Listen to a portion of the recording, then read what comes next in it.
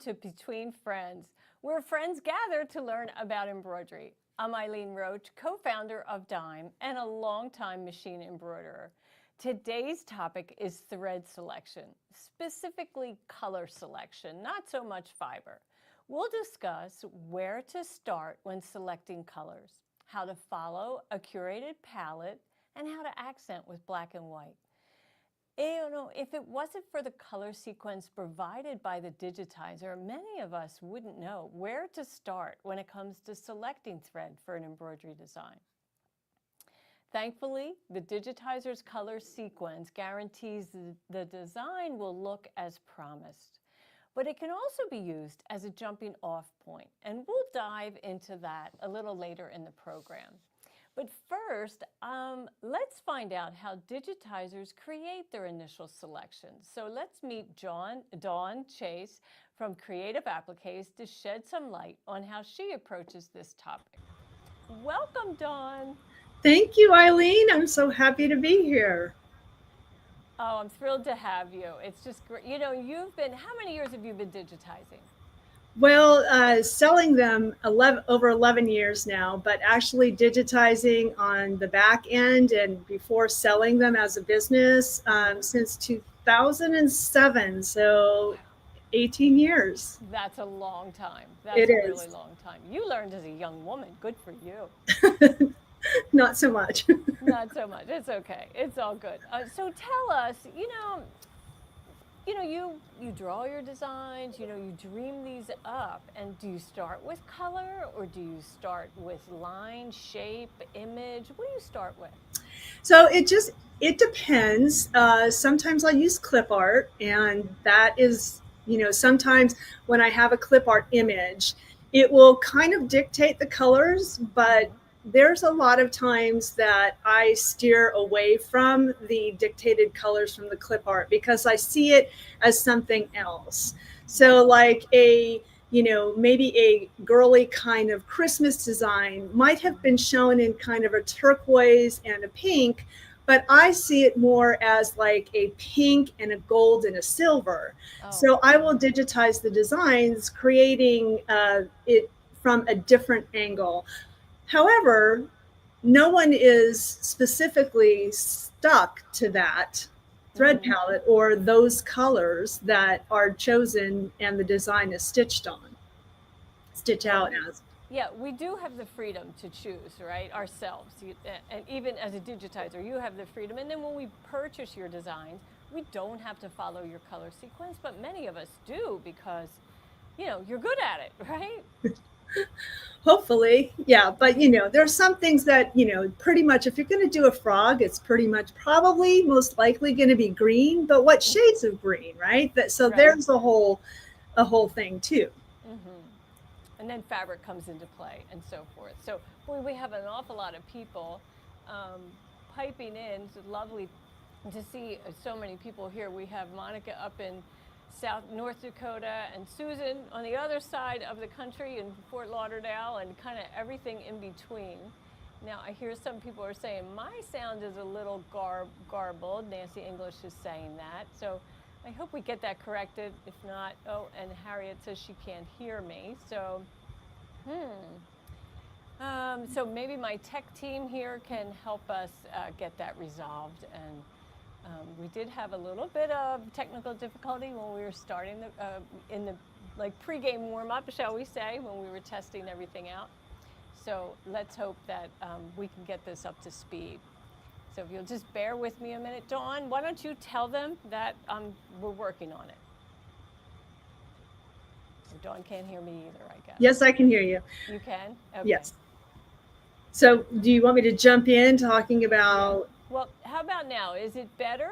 They're saying Eileen is quiet and Dawn is loud. And some people are saying the sound is okay for me. So how about in the comments right now, you let me know that the sound is good. So we'll just kind of pause a minute so we can get the comments to come in. We know there's a little delay, so we'll just be patient and wait for your comments. Even thumbs up really helps. So, okay. Nope, sound is great. Good afternoon. Eileen is still quiet. Imagine, my mother would be so impressed if she were still with us, right? I can barely hear Eileen, but Dawn is loud. Okay, well, we're working on it. We are working. We've had some technical difficulties, but we're getting there. Eileen's still quieter than Dawn. Sounds good. Sharon Doughton says so. We're working on the volume. I think we're probably better. It says better, better, better. Sound level is low. Dawn's good. Eileen's quiet. Eileen's still quiet. Well, I'll start shouting. How about that? They're saying better, better. Okay, I think we're in a good place. Eileen is definitely getting better. Well, that's what they say age does, right? I'm here long enough saying, how is it now? It'll just get better. Okay. So, Dawn, we kind of get a little off track. Tell us, where do you want to start? Because we said that we would start with the digitizer. So you tell me, how do you select your colors? Well, so mainly because I started with applique, it's all based off of the fabric choice that I am using. And so if I'm using a green, for example, let me switch it to my table to just show you for an example. Okay. So if I'm using a green, right, I can, if I want to match and have it be coordinating, I will choose a color that is as close as possible to the fabric. So this green works great here. And this is a more of a soft pastel, and it works great on this. Now this looks like a really light mint green here on my table, but it's actually closer in color to this, to the mint green. And so it really works very well together. But what if I wanted a pop? What if I had a part of a design that I really wanted to pop, really wanted to stand out? I could also actually use this green over here and it works. This green also works with this. It doesn't look so great on the camera, but here in person, this green is a very nice contrast, but it also complements this color green. How about though, if you really want to make a statement, what about pulling in something that's completely different, like a hot pink or a bright yellow or almost a neon orange? Now these really, really pop, really stand out on the fabric, whereas this one is more matching. Also, I could do the same with this one. I can get a pastel, almost a pastel pink and a blue, and see how nicely they pop on that green fabric. So it depends on what your aim or your goal is, what you're going for. So as another example, I wanted to show you. So one of the things that, we get a design from a digitizer, something like this. This is a mini quilted hanging here. And these colors that I stitched the design on with are similar to these colors, but they're not exact. This is more of a royal blue. This is a teal. This is more of a magenta. This is like a royal purple. And you get the idea. Well, why did I not stick to the colors that the digitizer, me, created the design in? Well, again, I chose this fabric here that had lots of different colors. And so the color choices that are on this color guide here would really not match very well with this fabric. So I go a lot of times, I choose the fabric first that I want, and then I will choose the thread from the fabric. And I'll usually write a key over here, like what number that I want to use for the steps I'm using. Or a lot of times your machine will show you the steps that are next. And I know what, if the word spring is stitching, I'll pull out that color that I wanted for that design. Right. And Dawn, I'd like to add to that. So I'm going to show, I have a board here of some fabrics that I pulled, and how I use them is I I just look at the selvage, and these little dots are all of the colors that are in your fabric, and every cotton quilting fabric has that. And it's a great guide to separate the color from all the busyness of the print, right? So we can really look and see, we could have like a light yellow and we go all the way to kind of a rust and some blues, all of that is laid out for us in that fashion by the manufacturer of the fabric. And it's just so handy. It really is. And of course, we love exquisite thread, right? We have 288 colors, so there's probably a color available to match that thread, right? Absolutely, yes. And one of my favorite things that I love about the exquisite thread is you also have a thread chart that has all the colors. And Right. I didn't grab mine, but that is one of the things I'll use too if I have a fabric, and I will get that thread chart out and I will look at the thread chart and see exactly what color I need. And that way it's great to be able to know what color is what number for the thread chart. Yeah. Absolutely. Absolutely. Thread chart's beautiful. I have one right here. Yeah, here, I'll put it under the overhead so you can get a better look at it. So it's, printed, but it's actually thread wrapped around the cards, these little columns of paper, and it gives you all of the different 288 colors that we have. But sometimes it's better to work with a curated palette. And when we work with a curated palette, we most certainly can start with fabric, just like we're showing here. This is dictating the colors, the color families that we would work with. But there's also really great kits, like we have our spring thread kit that's available now. It's on great price, 10 spools of 1,000-meter exquisite polyester thread, just beautiful. Isn't that yummy? Oh, I love it. I had so much fun playing with all of those colors. It sparked so much creativity, and it just made me hungry for the warmer weather and for spring. And yeah, exactly. And so this just slides out and you have that whole tray of thread spools just sitting there for you to play with. It's just gorgeous. We love this. We are so excited about this new collection, and it's really affordable. So 10 spools of color for, let's see, let's get that special up. It's right here. So it's $34.90. Can you believe that? For 10 spools of thread. That's amazing. Wow. That's a great price. Yeah. So we hope that everybody will take advantage of that. That is of course, today's program is always brought to you by a product, and that's today's product, our spring kit, the 10 spools of exquisite. And working with a curated palette, it's a time saver, right, Dawn? Absolutely. Absolutely. It saves so much time. I think, once I decide on the fabric, I think that's the part that takes the most amount of time, is trying to decide which thread color is going to match with, the fabric. And so the curated palette is so helpful. So speaking of saving time, because, we've gathered these 10 spools, put them into a very affordable kit. You have all 288 colors in your studio. Do you want to show them that?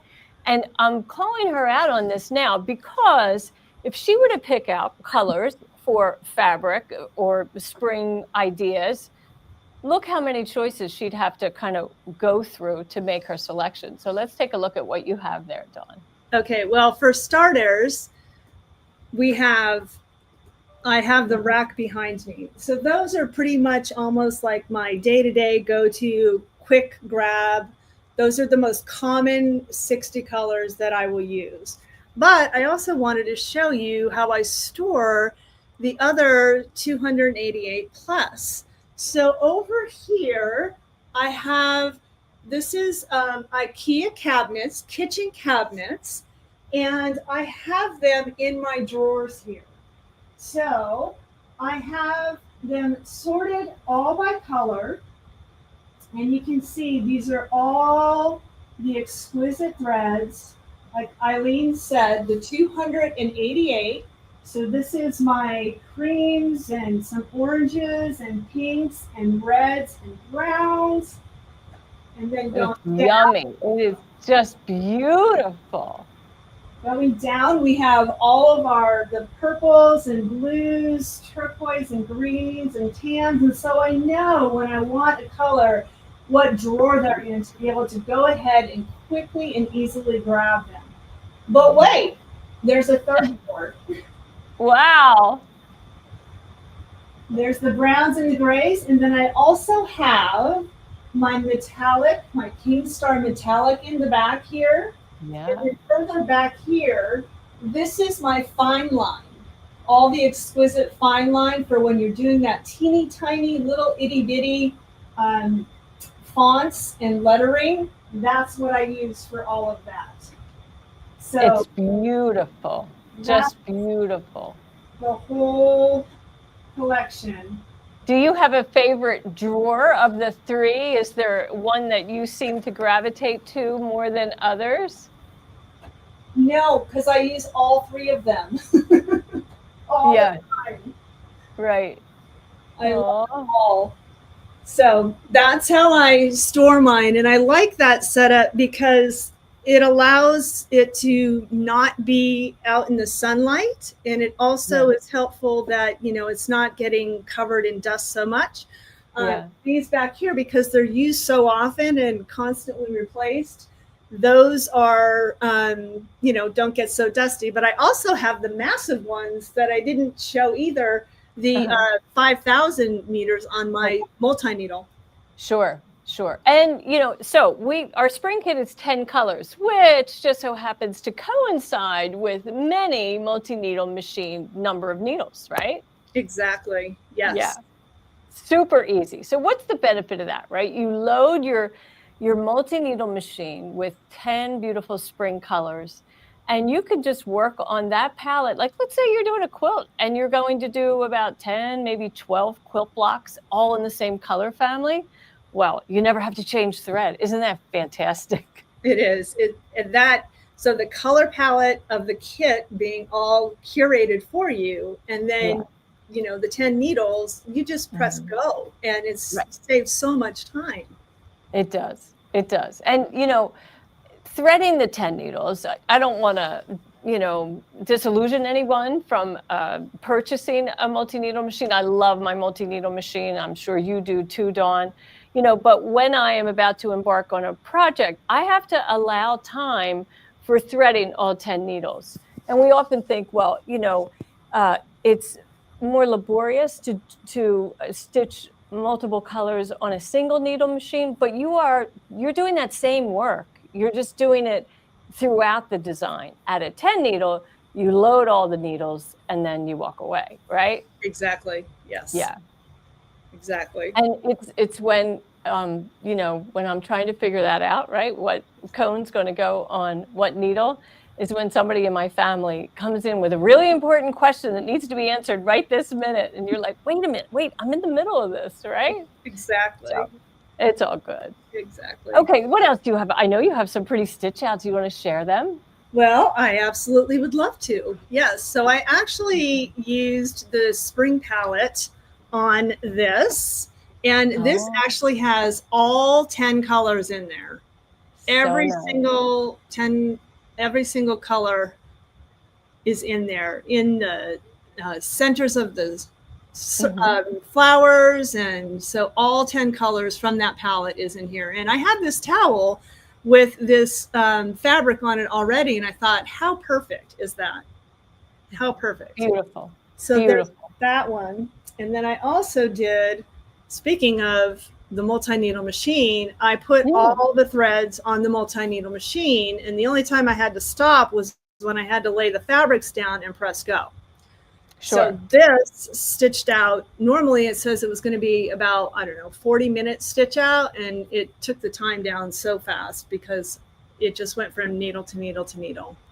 Yeah. So this used all 10 colors of the kit as well. Nice. Very beautiful. So we have a question from Chris Kavanaugh, and she says, Depending on what your design is, how the heck do you pick one shade from another? And that is a good question. So do you want to answer first, Dawn? I think that what I do is I get as close to daylight as I possibly can, because that changes. In my room, I have multiple different types of lighting, and they all say daylight.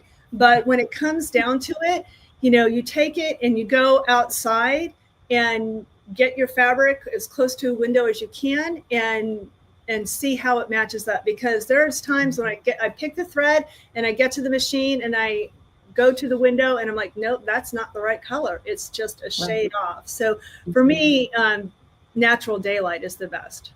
Sorry, I won't you're stitching late at night. Right. And yes, true. And also the fabric, whatever you're going to stitch on, it plays a key factor in how that thread color is going to appear, because it can change depending on the base fabric that you're using, right, Dawn? Like, a green can appear more yellow on blue, or it can appear more blue on a blue, they just take a different tint. Exactly. And that also, as you mentioned, the colors on this flag here, this is a burlap flag. So these colors look different in person than they do stitched on the brown. Yes. So that's a factor too. Right. And often, you may be cautious in selecting a really bright thread because you think, oh, that's going to be too bold. But when you put it on a certain fabric, it may be just the right thing. So I lay my spools on their side on the fabric, kind of in a fan pattern, and get that in the best light that I have, and really take a look at it. And then, like here, Marianne Dublagla, she has a great comment. She says, the thread does look different under the needle with the bright lights than it is in other light that she finds. So yeah, I don't put any confidence, for color into what I see under the needle. But once it's under the needle, it's done. My choice is selected, and I kind of don't even care what it looks like under the needle. Right, Dawn? Would you agree? Exactly. Yeah. If I've found the right colors when I'm in the daylight, or then I don't worry about that color of under the needle. Yeah. Right. Because chances are you don't have any control over that light at all. That's supplied by the machine manufacturer, and it just is what it is. And no matter what they tell you, stadium lighting or not, it's bright, and it's what we need for our task, but not specifically for picking out colors, right? Exactly. So, yeah. So I stitched out some other designs that I thought maybe I would show you. So we have these banner going on, which is just adorable. Look at these gorgeous letters. Now this is the scroll font, scroll alphabet from our friends at OESD, and they are 3 color designs, right? So they have 2 different colors inside the letter, and then with an accent or an outline. And we opted to choose the darkest color in our spring collection to outline these designs, because on white fabric, you need to define that space. I have some samples of some other designs that are, they're really pretty, but these really do pop. These ones do pop, but I have some little bunnies that we had stitched, and I thought I would show you, not on white fabric, but on tan fabric. So look at these little bunnies. And it's the plaid that's so popular, right? But they get a little lost. Even their definition that they are a bunny is a little lost. If we didn't have these eyes and a mouth added, this white outline really doesn't work. But when you do a black outline, wow, it really makes it pop. It defines the shape, and now your eye just settles on the beautiful colors of that spring collection. Right, Dawn? I love to use black as an outline. Yes, I do too. I actually used it for the outline for the applique pieces on the flowers here. So I actually was able to tack down the flowers with the black, and it really made them stand out and not get so lost in the rest of the stitching. Another example too is like using the black for the lines on this cactus. So I used the pink and the green from the set, but then, you know, if I used the green for the lines here, it wouldn't stand out so well. So that's another example of using like the black to really make it pop. Yes. And you know, Dawn, actually there, it looks like that's just a dark green. So it's another great example of how color will kind of take on the color of the base that it's on. When you look close, we could see it's black, but from a distance, when it's further away from the camera, it just looks like a dark green. Yeah. I love that. So what else do we have? So here, let's take a look at my overhead cam. Well, here we have the bunnies. Now, look at just the addition of these little black circles with a white little highlight in each eyeball and a little, you know, just a curvy line for the mouth. What a difference in these two sets of designs. Just that simple addition. So don't be afraid to add a little bit of black to even this soft palette that we're showing here. And another great use of spring colors is lace. Now here we have kind of soft pastels, right? This really luscious pink and that soft green, I think it's called tea green. And then we get a little bit bolder here, right? With this beautiful blue and the green and the violet and the gold. So, you know, something for everybody in this palette. And at $34.90, boy, you can't beat that. It is really a bargain. Yeah. So let me see what kind of comments we have. And Barbara Jones, she says she sometimes uses gray with pastel designs. And Barbara, I wonder if you use dark gray, is it right, and not a light gray? That is a very good tip. And in fact, my friend Deborah Jones often selected charcoal, like almost black, but not quite black. She liked that kind of just a little bit of delicate, you know, addition to the pastel. Now let's see.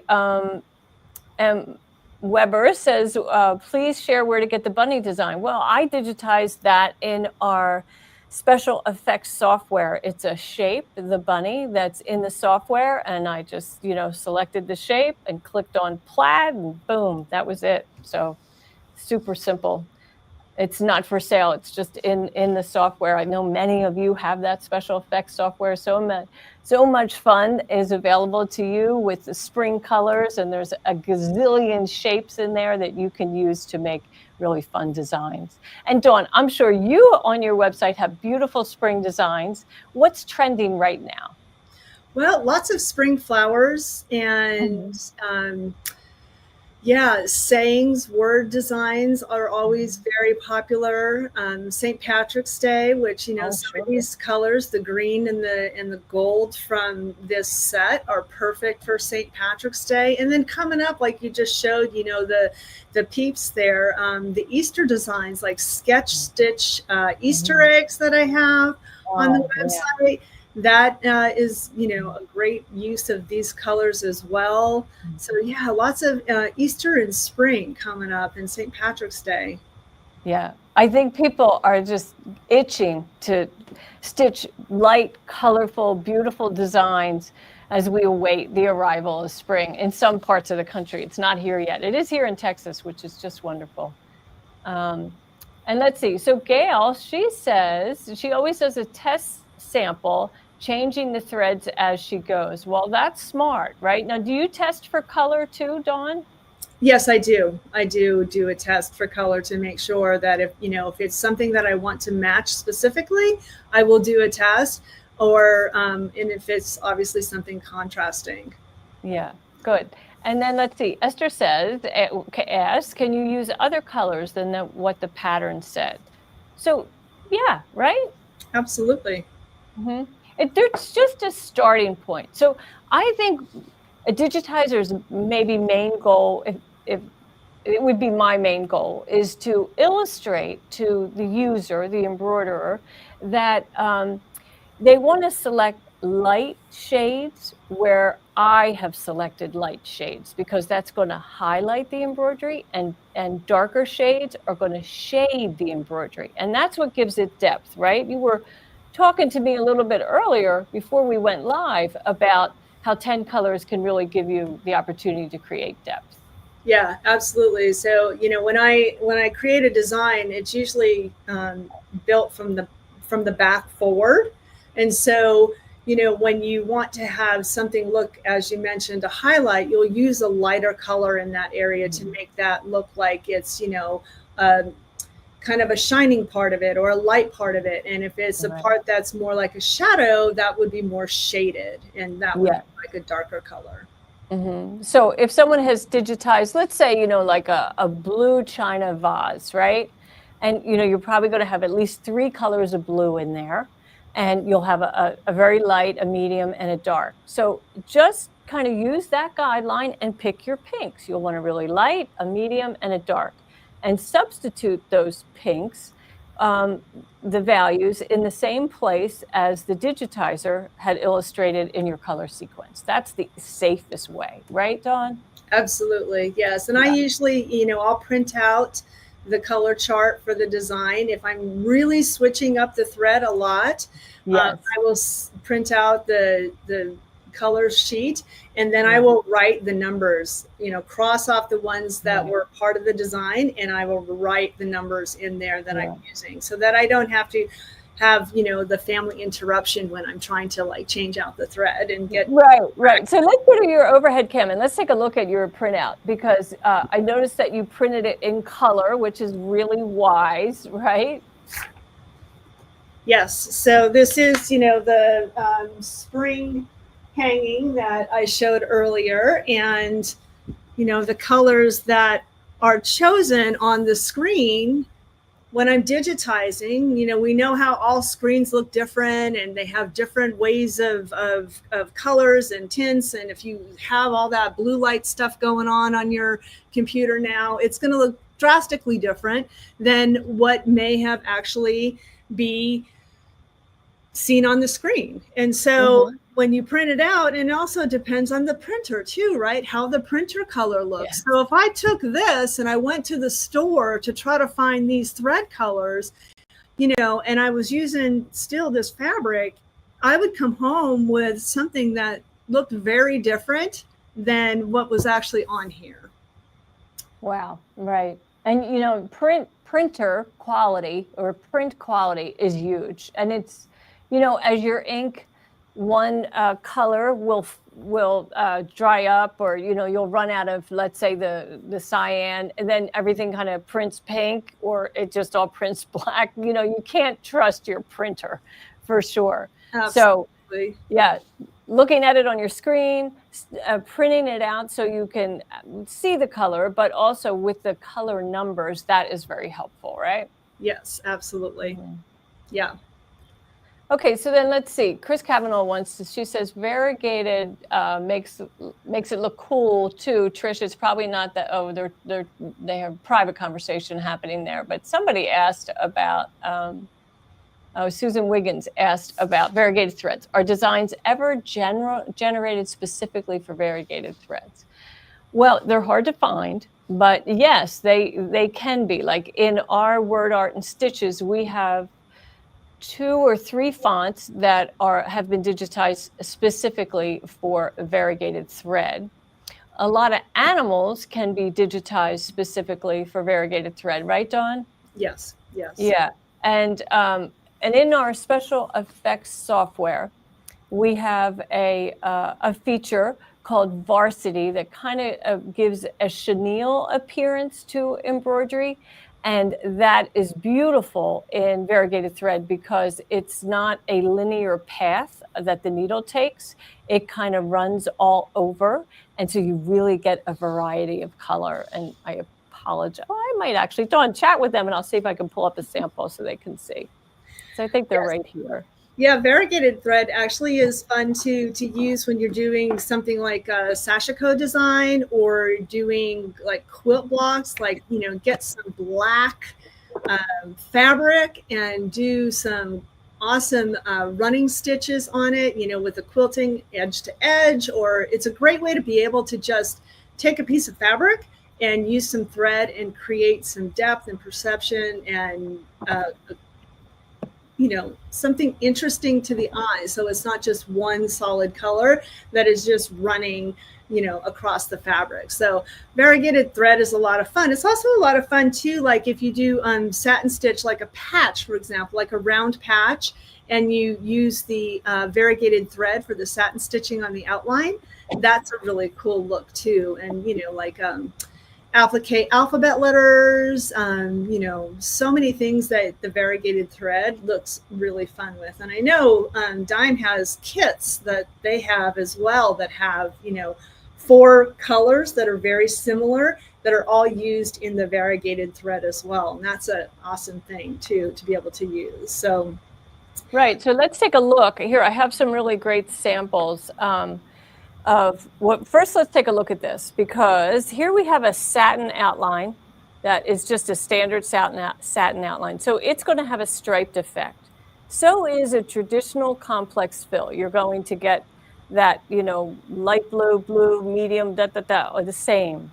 And here are the 4 colors that make up this variegated thread. But this is our varsity fill that is available in our special effects software. And boy, that just looks really cool, doesn't it? Like here you can see that. I think that's our Halloween color play.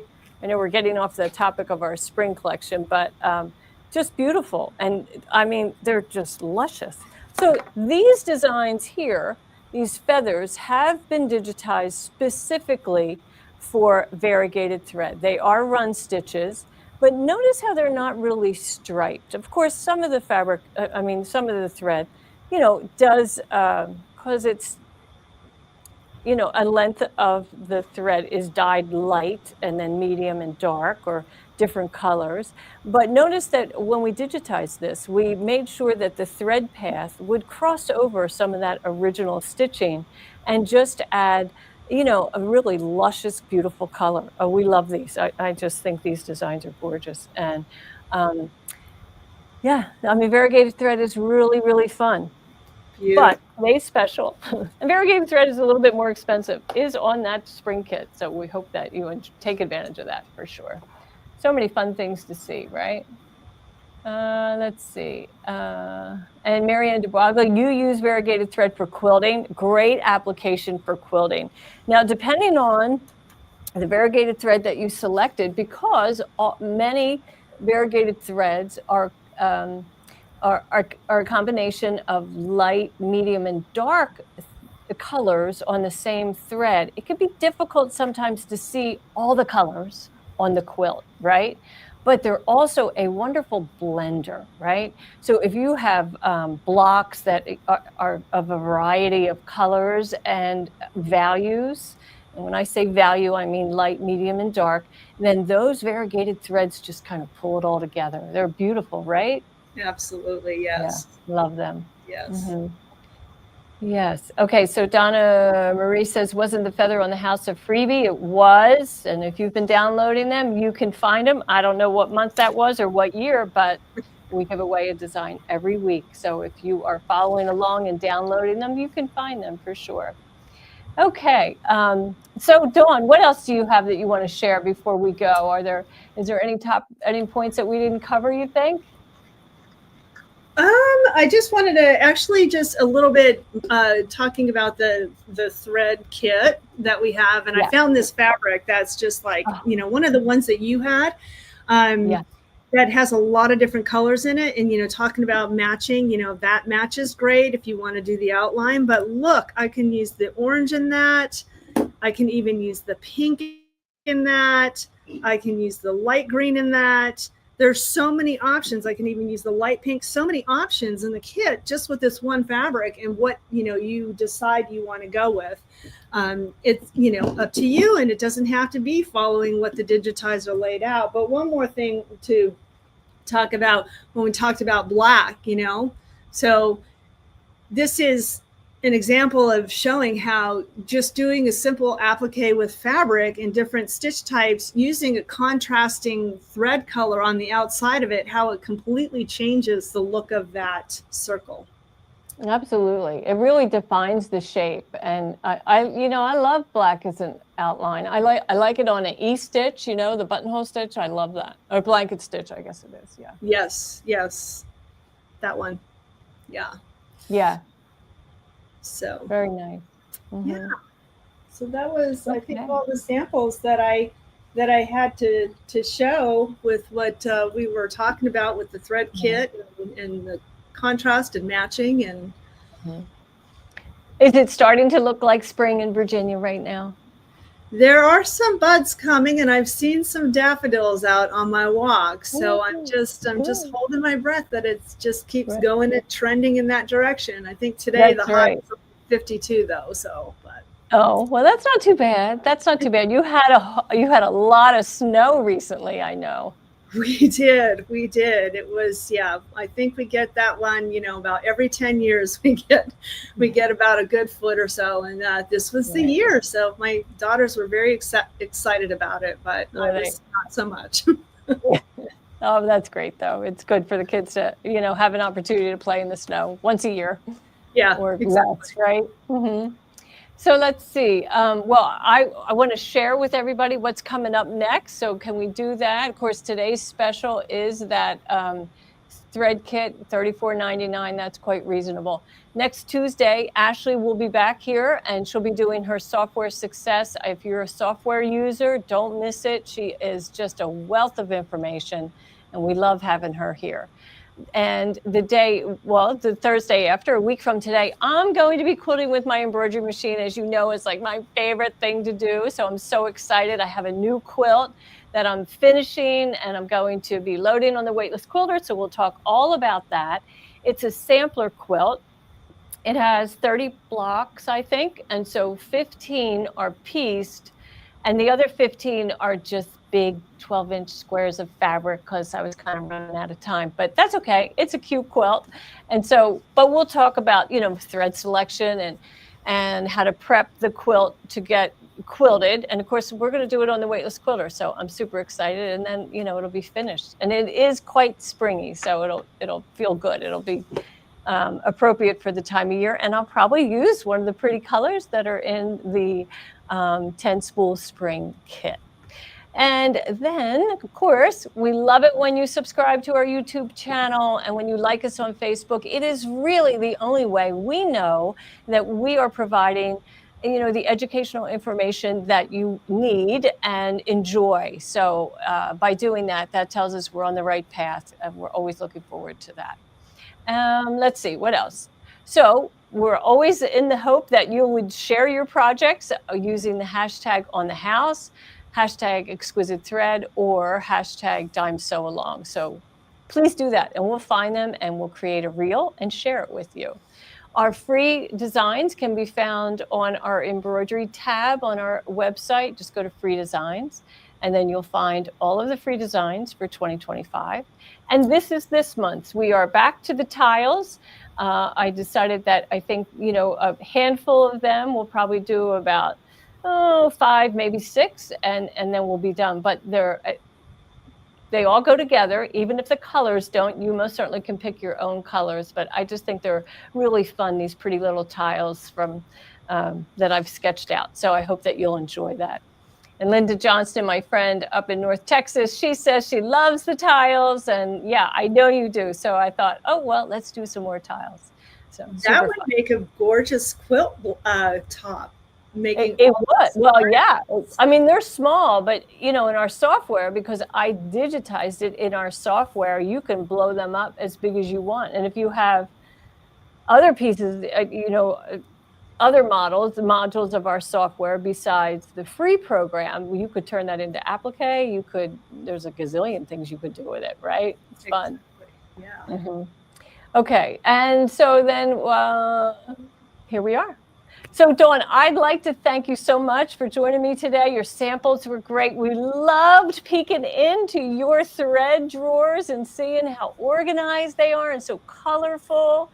I think if I was in your house, I just want to leave them open so I could look at them, you know. But that's the right thing. They're protected, they're out of the sunlight, and that's a smart way to store them. So just lovely, really very nice.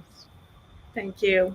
Thank you Okay. so much for having me. I really enjoyed it, and I'm so glad to be able to be here and connect with you and talk about, our passion. So, Absolutely. And, friends, don't forget to go visit Dawn over at creativeappliques.com and see what is trending on her site and take advantage of her specials. I know you always have specials. So, and it's all applique, right?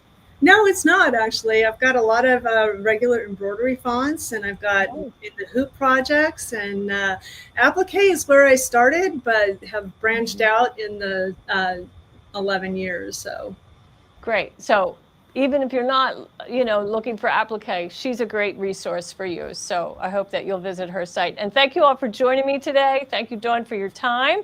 And we'll be back next week quilting with our embroidery machine.